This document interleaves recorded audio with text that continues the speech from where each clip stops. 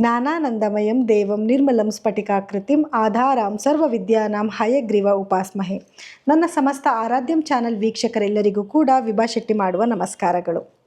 ಬೇವಿನ ಕಹಿ ಇರಲಿ, ಬೆಲ್ಲದ ಸಿಹಿ ಇರಲಿ, ಬದುಕು ಎಂದಿಗೂ ಸಮೃದ್ಧಿಯಾಗಿರಲಿ ಅಂತ ಹಾರೈಸ್ತಾ ಯುಗಾದಿ ಹಬ್ಬದ ಹೊಸ ವರ್ಷಕ್ಕೆ ತಮಗೆಲ್ಲರಿಗೂ ಕೂಡ ಸ್ವಾಗತ. ಹಾಗೆ ಇವತ್ತಿನ ದಿವಸ ಏನು ವರ್ಷದ ಒಂದು ಭವಿಷ್ಯನ ನಾವು ತಿಳ್ಕೊಳ್ಳೋಣ. ಯಾಕೆಂತಂದರೆ ಯುಗಾದಿ ಅನ್ನೋದೇ ನಮ್ಮ ಎಲ್ಲರಿಗೂ ಕೂಡ ಹೊಸ ವರ್ಷ. ಸೊ ಹೊಸ ವರ್ಷದಲ್ಲಿ ಪ್ರತಿಯೊಬ್ಬರಿಗೂ ಕೂಡ ಕಾತುರ ಇರುತ್ತೆ.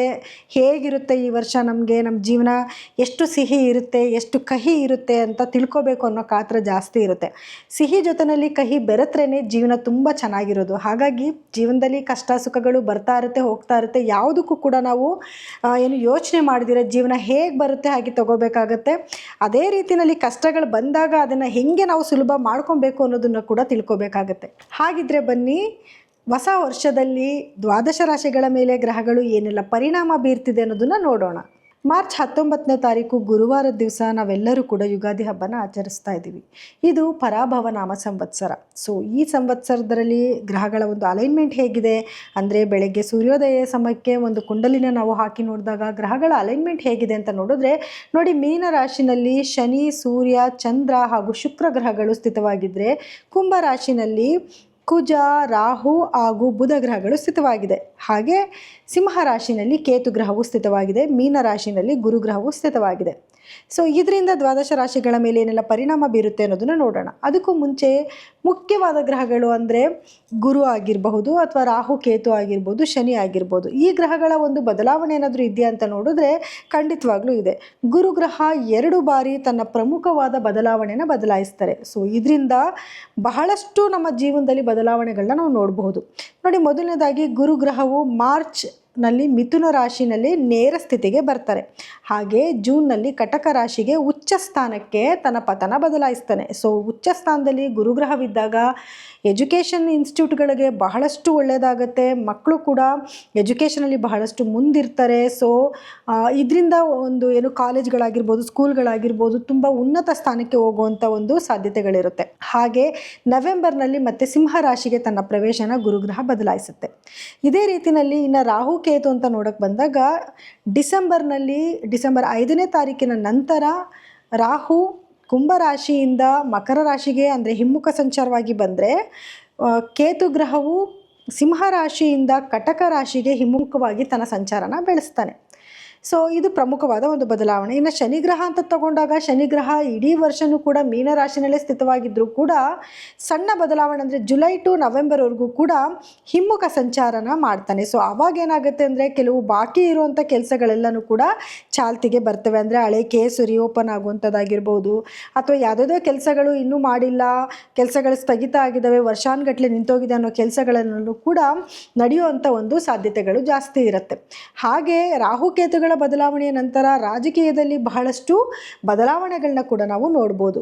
ಸೊ ಇನ್ನು ಆಗಿದ್ರೆ ದ್ವಾದಶ ರಾಶಿಗಳ ಮೇಲೆ ಏನೆಲ್ಲ ಪರಿಣಾಮ ಬೀರುತ್ತೆ ಅನ್ನೋದನ್ನ ನಾವು ನೋಡ್ತಾ ಹೋಗೋಣ. ಇನ್ನು ಕುಂಭ ರಾಶಿಯವರಿಗೆ ಯುಗಾದಿಯ ಒಂದು ಸಂಭ್ರಮ ಏನೆಲ್ಲ ತರ್ತಾ ಇದೆ ನಿಮ್ಮ ಜೀವನದಕ್ಕೆ, ಎಷ್ಟೆಲ್ಲ ಖುಷಿ ಸಂತೋಷಗಳನ್ನ ನೀವು ಅನುಭವಿಸ್ತಾ ಇದ್ದೀರಾ ಅನ್ನೋದನ್ನ ನೋಡೋಣ. ಸೊ ನೋಡಿ, ಕುಂಭ ರಾಶಿಯವರಿಗೆ ತುಂಬ ಅದ್ಭುತವಾದ ಒಂದು ಸಮಯ. ಈ ಸಮಯದಲ್ಲಿ ನೀವು ಅಂದ್ಕೊಂಡಿರೋ ಎಲ್ಲ ಕೆಲಸಗಳನ್ನ ಮಾಡ್ತಿದ್ದೀರಾ. ಕೆಲವರು ನನಗೆ ಮೆಸೇಜ್ ಮಾಡ್ತಾರೆ, ಕೆಲವರು ಕಾಲ್ ಕೂಡ ಮಾಡಿ ಹೇಳ್ತಾರೆ, ಮೇಡಮ್ ನೀವೇನೋ ತುಂಬ ಚೆನ್ನಾಗಿದೆ ಅಂತ ಹೇಳ್ತಿದ್ದೀರಾ, ನಮಗೇನೋ ಕೆಲವು ನೆಗೆಟಿವಿಟಿ ಆಗ್ತಿದೆ, ಯಾಕೋ ನಮಗೆ ಸರಿ ಹೋಗ್ತಾ ಇಲ್ಲ, ಏನೋ ನಮ್ಮ ಟೈಮ್ ಚೆನ್ನಾಗಿಲ್ಲ ಅಂತ ಕೆಲವರು ಕಮೆಂಟ್ ಹಾಕೋದನ್ನು ಕೂಡ ನಾನು ನೋಡಿದ್ದೀನಿ. ಆದರೆ ಅದು ನಿಮ್ಮ ಗ್ರಹಗತಿಗಳ ಮೇಲೆ ಡಿಪೆಂಡ್ ಆಗುತ್ತೆ. ಆದರೆ ಕುಂಭ ರಾಶಿಯವರಿಗೆ ಈ ಸಮಯ ತುಂಬ ಚೆನ್ನಾಗಿದೆ. ಯಾಕೆ ಅಂತಂದರೆ ನೋಡಿ, 5ನೇ ಮನೇಲಿ ಗುರು ಇದ್ದಾನೆ, ಲಗ್ನದ ಮೇಲೆ ಗುರು ದೃಷ್ಟಿ ಇದೆ, ನಿಮ್ಮ ಒಂದು ಏನು ಒಳ್ಳೊಳ್ಳೆ ಮನೆಗಳ ಮೇಲೆ ಅಂದರೆ 11ನೇ ಮನೆ ಮೇಲೆ ಗುರುವಿನ ದೃಷ್ಟಿ ಇದೆ. ಇದೆಲ್ಲನೂ ಕೂಡ ಶುಭವಾದ ಒಂದು ಟೈಮೇ ಅಲ್ವಾ. 9ನೇ ಮನೆ ಮೇಲೆ ಕೂಡ ಗುರುವಿನ ದೃಷ್ಟಿ ಇದೆ. ಸೊ ಹಾಗಾಗಿ ಅದೃಷ್ಟ ನಿಮಗೆ ಒಲಿದು ಬರುವಂಥದ್ದು. ಕೆಲಸಗಳನ್ನ ಮಾಡಬೇಕು ನೀವು ಜಾಸ್ತಿ. ಏನಾದರೂ ಅವಕಾಶಗಳು ಬಂದಾಗ ಅಯ್ಯೋ ಆ ಕೆಲಸ ನನ್ನ ಕೈಲಿ ಆಗಲ್ಲ ಬಿಡು ಅಂತ ಅನ್ಕೋಬಾರ್ದು, ಮಾಡಬೇಕು ನೀವು. ಯಾಕೆ ಮಾಡೋಕ್ಕಾಗಲ್ಲ, ಪ್ರಯತ್ನ ಪಡ್ತೀನಿ ಮಾಡ್ತೀನಿ ಅಂತಂದರೆ ಖಂಡಿತವಾಗ್ಲೂ ಶುಭವಾಗುತ್ತೆ. ನೋಡಿ, ವಾತಾವರಣ ತುಂಬ ಚೆನ್ನಾಗಿದೆ. ಈಗ ಗಂಡ ಹೆಂಡತಿ ಮಧ್ಯದಲ್ಲಿ ಕೆಲವೊಂದು ಭಿನ್ನಾಭಿಪ್ರಾಯಗಳು ಬಂದರು. ಯಾಕಂದರೆ ಸಪ್ತಮದಲ್ಲಿ ಕೇತು ಇರೋದ್ರಿಂದ ಒಬ್ಬರ ಮೇಲೆ ಒಬ್ಬರಿಗೆ ಭಿನ್ನಾಭಿಪ್ರಾಯಗಳು ಬರ್ತಾ ಇರುತ್ತೆ. ಗಂಡನ ಬಗ್ಗೆ ಹೆಂಡತಿಗೆ ಯಾರೋ ಬಂದು ಚಾಡಿ ಹೇಳ್ತಿರ್ತಾರೆ, ಹೆಂಡತಿ ಬಗ್ಗೆ ಗಂಡನಿಗೆ ಯಾರೋ ಒಬ್ಬರು ಚಾಡಿ ಹೇಳ್ತಿರ್ತಾರೆ.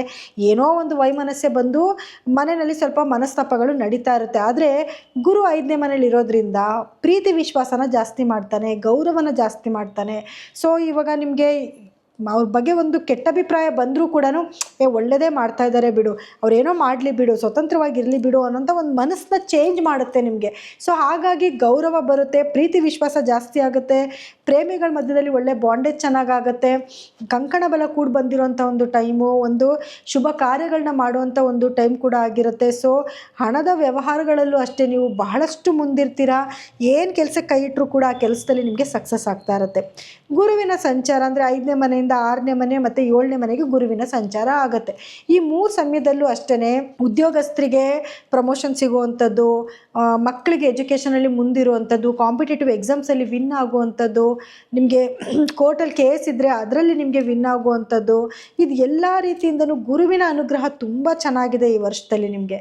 ಇನ್ನು ನಿಮ್ಮ ಲಗ್ನಾಧಿಪತಿ ಆಗಿರುವಂತಹ ಶನಿ ಅಂತ ನೋಡಿದಾಗ 2ನೇ ಮನೆಯಲ್ಲಿ ಶನಿಯ ಸಂಚಾರ ಇದೆ.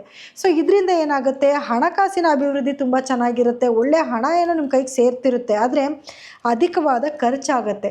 ಸೊ ನೀವು ಎಕ್ಸ್ಪೆಕ್ಟೇಷನ್ ಮಾಡಿರೋದಿಲ್ಲ ಅಂಥ ಖರ್ಚುಗಳೆಲ್ಲನೂ ನಿಮಗೆ ಬರ್ತಾ ಇರುತ್ತೆ. ಹಾಗೆ ಫ್ಯಾಮಿಲಿನಲ್ಲೂ ಕೂಡ ನೀವೇನೇ ಮಾಡಿದ್ರೂ ಕೂಡ ನಿಮಗೆ ಒಂದು ಒಳ್ಳೆಯ, ನೀವು ಎಷ್ಟೇ ಕೆಲಸ ಮಾಡಿದ್ರೂ ಕೂಡ ಅಥವಾ ಎಷ್ಟೇ ಫ್ಯಾಮಿಲಿಗೆ ಒಳ್ಳೇದು ಮಾಡಿದ್ರೂ ಕೂಡ ಏನಾದರೂ ಒಂದು ನಿಮ್ಮ ಮೇಲೆ ಹೇಳ್ತಾನೆ ಇರೋದು ಅಥವಾ ಏನೋ ಒಂದು ಸಮಸ್ಯೆಗಳು ಬರೋವಂಥದ್ದು, ಫ್ಯಾಮಿಲಿಲಿ ಯಾರಿಗಾನ ಹೆಲ್ತ್ ಇಶ್ಯೂಸ್ ಬರೋವಂಥದ್ದು, ಅದು ಬೇಗ ವಾಸಿ ಆಗದೆ ಇರೋದು, ಅದನ್ನು ನೋಡಿ ನಿಮ್ಮ ಮನಸ್ಸಿಗೆ ನೋವಾಗೋದು, ಇದೂ ಕೂಡ ಆಗ್ತಾ ಇರುತ್ತೆ. ಅಥವಾ ನೀವೇನೋ ಮಾತಾಡೋಕ್ಕೆ ಹೋಗಿ ಆ ಮಾತು ಏನಾದ್ರು ತಪ್ಪಾಗಿ ಕೆಲವರಿಗೆ ಅನಿಸೋವಂಥದ್ದು, ಅದರಿಂದ ನಿಮಗೆ ಕೆಲವು ಕೆಟ್ಟ ಹೆಸರು ಬರುವಂಥದ್ದು, ಇದು ಕೂಡ ಆಗುತ್ತೆ.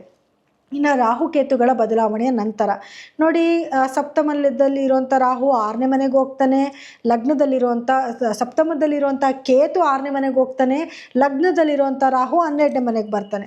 ರಾಹು 12ನೇ ಮನೆಗೆ ಬಂದಿದ್ದ ನಂತರ ಸ್ವಲ್ಪ ಖರ್ಚು, ಅಧಿಕವಾದ ಖರ್ಚು, ಹೆಲ್ತ್ ಇಶ್ಯೂಸ್ ಬರುವಂಥದ್ದು, ಅದಕ್ಕೆ ಖರ್ಚಾಗುವಂಥದ್ದು, ಅಥವಾ ಏನಾದರೂ ನೀವು ಫಾರಿನ್ ಟ್ರಿಪ್ ಮಾಡಬೇಕು ಅಂತ ಅದಕ್ಕೆ ಖರ್ಚಾಗುವಂಥದ್ದು, ನೀವು ಅಂದ್ಕೊಂಡೇ ಇರಲ್ಲ, ಸುಮ್ಮನೆ ಸಂಪಾದನೆ ತುಂಬ ಚೆನ್ನಾಗಿದೆ, ಒಂದು ಎಕ್ಸ್ಪೆಕ್ಟೇಷನ್ ಇರುತ್ತೆ, ಏನೋ ಒಂದು ಭೂಮಿ ತೊಗೋಬೇಕು ಅಂತ ಹೋಗ್ತೀರಾ, ನೀವು ಅಂದ್ಕೊಂಡಿದ್ದಕ್ಕಿಂತ ಜಾಸ್ತಿ ಬೆಲೆ ಕೊಟ್ಟು ತೊಗೊಳ್ಳೋವಂಥದ್ದು, ಅಥವಾ ಏನೋ ಒಂದು ಫಂಕ್ಷನ್ ಮಾಡ್ತಿರ್ತೀರಾ, ಒಂದು ಎಸ್ಟಿಮೇಟ್ ಇರುತ್ತೆ, ಎಸ್ಟಿಮೇಟ್ನ ಕ್ರಾಸ್ ಮಾಡಿ ಖರ್ಚಾಗುವಂಥದ್ದು, ಈ ರೀತಿ ಸಾಮಾನ್ಯವಾಗಿ ಆಗೋದಿಲ್ಲ, ಜಾಸ್ತಿ ರೀತಿಯಲ್ಲಿ ಆಗ್ತಾ ಇರುತ್ತೆ. ನೀವು ಅಂದ್ಕೊಂಡಿದ್ದಕ್ಕಿಂತ ಡಬಲ್ ತ್ರಿಬಲ್ ಖರ್ಚುಗಳಾಗುವಂಥ ಸಾಧ್ಯತೆಗಳು ಜಾಸ್ತಿ ಇರುತ್ತೆ. ಸೊ ಹಾಗಾಗಿ ರಾಹುವಿನ ಬದಲಾವಣೆಯ ನಂತರ ಸ್ವಲ್ಪ ಕೇರ್ಫುಲ್ ಆಗಿರಬೇಕಾಗತ್ತೆ.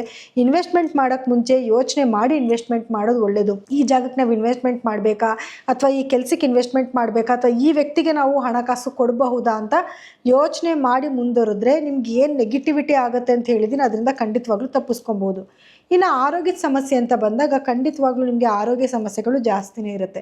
ಹೆಡ್ಡೇಕ್ ಆಗಿರ್ಬೋದು, ಬಾಡಿ ಪೇನ್ ಆಗಿರ್ಬೋದು, ಸ್ಟಮಕ್ ಇನ್ಫೆಕ್ಷನ್ ಆಗಿರ್ಬೋದು, ಥ್ರೋಟ್ ಇನ್ಫೆಕ್ಷನ್ ಆಗಿರ್ಬೋದು, ಈ ರೀತಿಯಾದ ಕೆಲವೊಂದು ರಕ್ತಕ್ಕೆ ಸಂಬಂಧಪಟ್ಟಿರುವಂಥ ಕೆಲವು ಸಮಸ್ಯೆಗಳಾಗಿರ್ಬೋದು, ನರ್ವಸ್ ಸಿಸ್ಟಮಲ್ಲಿ ಸ್ವಲ್ಪ ಸಮಸ್ಯೆಗಳಾಗಿರ್ಬೋದು, ಖಂಡಿತವಾಗ್ಲೂ ಇದನ್ನು ನೀವು ಎದುರಿಸ್ತಾ ಇರ್ತೀರ. ಮತ್ತು ಗಂಟ್ಲಲ್ಲಿ ಸಮಸ್ಯೆ, ಮತ್ತು ನಿಮಗೆ ಏನು ಹಲ್ಲಲ್ಲಿ ಸಮಸ್ಯೆಗಳಾಗೋದು, ಬಾಯಲ್ಲಿ ಸಮಸ್ಯೆಗಳಾಗೋದು, ಇದೆಲ್ಲನೂ ಖಂಡಿತವಾಗ್ಲೂ ನಿಮಗೆ ಆಲ್ರೆಡಿ ನಡೀತಾ ಇರುತ್ತೆ. ಯಾಕಂದರೆ ಇದು ರಾಹು ಕೇತುವಿನ ಒಂದು ಅಲೈನ್ಮೆಂಟಿಂದ ನೀವು ಈ ಸಮಸ್ಯೆಗಳನ್ನ ಎದುರಿಸ್ತಾ ಇರ್ತೀರ. ಈ ಕುಂಭರಾಶಿಯವರಿಗೆ ಆರೋಗ್ಯದ ಸಮಸ್ಯೆ ಅನ್ನೋದು ಬಿಟ್ಟರೆ ಅಂಥ ಮೇಜರ್ ಪ್ರಾಬ್ಲಮ್ ಅನ್ನೋದು ಏನೂ ಕಾಣಿಸ್ತಿಲ್ಲ, ಮತ್ತು ಅಧಿಕವಾದ ಖರ್ಚುಗಳಾಗುವಂಥದ್ದು, ಇದಿಷ್ಟನ್ನ ಬಿಟ್ಟರೆ ಬೇರೆ ಯಾವುದೂ ಸಮಸ್ಯೆಗಳಿಲ್ಲ.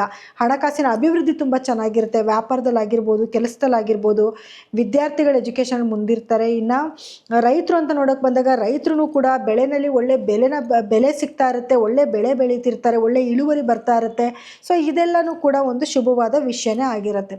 ಪರಿಹಾರ ಏನು ಮಾಡ್ಕೊಬೇಕು ಅಂತಂದರೆ ನೋಡಿ, ನೀವು ಪ್ರತಿ ದಿನವೂ ಕೂಡ ದುರ್ಗಾದೇವಿಯ ಆರಾಧನೆ ಜಾಸ್ತಿ ಮಾಡಬೇಕಾಗತ್ತೆ. ದುರ್ಗಾದೇವಿಗೆ ದುರ್ಗಾ ಸಪ್ತಶತಿ ಕೇಳುವಂಥದ್ದು, ಲಲಿತ ಸಹಸ್ರನಾಮ ಕೇಳುವಂಥದ್ದು, ಮಂಗಳವಾರನೋ ಶುಕ್ರವಾರನೋ ರಾಹುಗಾಲದ ಸಮಯದಲ್ಲಿ ದುರ್ಗಾದೇವಿಯ ದೇವಸ್ಥಾನಕ್ಕೆ ಹೋಗಿ ಬರುವಂಥದ್ದು, ಮತ್ತು ಪ್ರತಿ ಶನಿವಾರ ನಿಮ್ಮ ಕೈಲಿ ಸಾಧ್ಯ ಆದಷ್ಟು ದಾನ ಧರ್ಮ ಮಾಡುವಂಥದ್ದು, ಹಾಗೆ ತಿರುನಲ್ಲರ್ನಲ್ಲಿರುವಂತಹ ಶನೀಶ್ವರನ ದೇವಸ್ಥಾನಕ್ಕೆ ಹೋಗಿ ನಿಮ್ಮ ಹೆಸರಲ್ಲಿ ಒಂದು ಅಭಿಷೇಕ ಮಾಡುವಂಥದ್ದು, ಅದನ್ನು ಕಣ್ಣಾರೆ ನೋಡುವಂಥದ್ದು, ಗುರುವಿನ ಆರಾಧನೆ ಜಾಸ್ತಿ ಮಾಡ್ಕೊಳ್ಳುವಂಥದ್ದು, ಇದಿಷ್ಟನ್ನು ಮಾಡ್ಕೊಂಡೋದ್ರೆ ಏನಾಗುತ್ತೆ, ಕೆಲವೊಂದು ಸಣ್ಣ ಪುಟ್ಟ ನೆಗೆಟಿವಿಟೀಸ್ ನಾನು ಏನು ಹೇಳಿದ್ದೆ ಖಂಡಿತವಾಗ್ಲೂ ಅದರಿಂದ ನೀವು ಪಾರಾಗ್ಬೋದು. ಇದಾಗಿತ್ತು ಯುಗಾದಿಯ ವರ್ಷ ಭವಿಷ್ಯ. ಸಿಹಿಯ ಹಂಚೋಣ, ಕಹಿಯ ಮರೆಯೋಣ, ನೋವು ನಲಿವನ್ನು ಸಮನಾಗಿ ಸವಿಯುತ್ತಾ ಈ ವರ್ಷನ ನಾವು ಕಾಲ ಕಲಿಯೋಣ ಅಂತ ಹೇಳ್ತಾ, ಏನೇ ಸುಖ ದುಃಖಗಳು ಬಂದರೂ ಕೂಡ ಜೀವನದಲ್ಲಿ ಎಲ್ಲನೂ ಕೂಡ ಬೇಕಾಗುತ್ತೆ. ಬರೀ ಖುಷಿನೇ ಅನುಭವಿಸೋಕ್ಕಾಗಲ್ಲ, ಹಾಗಂತ ಬರೀ ದುಃಖನೇ ಅನುಭವಿಸೋಕ್ಕಾಗಲ್ಲ, ಎರಡೂ ಕೂಡ ನಮ್ಮ ಜೀವನದಲ್ಲಿ ಬೇಕು. ಸಿಹಿ ಜಾಸ್ತಿ ಇದ್ದು ಕಹಿ ಕಮ್ಮಿ ಆಗಲಿ ಅಂತ ಆಶಿಸ್ತಾ ಈ ಒಂದು ವರ್ಷ ಭವಿಷ್ಯನ ನಾನು ಮುಗಿಸ್ತಾ ಇದ್ದೀನಿ. ಆದರೆ ಈ ಒಂದು ಫಲಗಳಲ್ಲಿ ನಿಮಗೇನಾದರೂ ಬದಲಾವಣೆ ಕಾಣಿಸ್ತಿದೆ ಅಂತಂದರೆ ಖಂಡಿತವಾಗ್ಲೂ ನಿಮ್ಮ ವೈಯಕ್ತಿಕ ಜಾತಕನ ಒಮ್ಮೆ ಪರಿಶೀಲನೆ ಮಾಡಿಸ್ಕೊಳ್ಳಿ.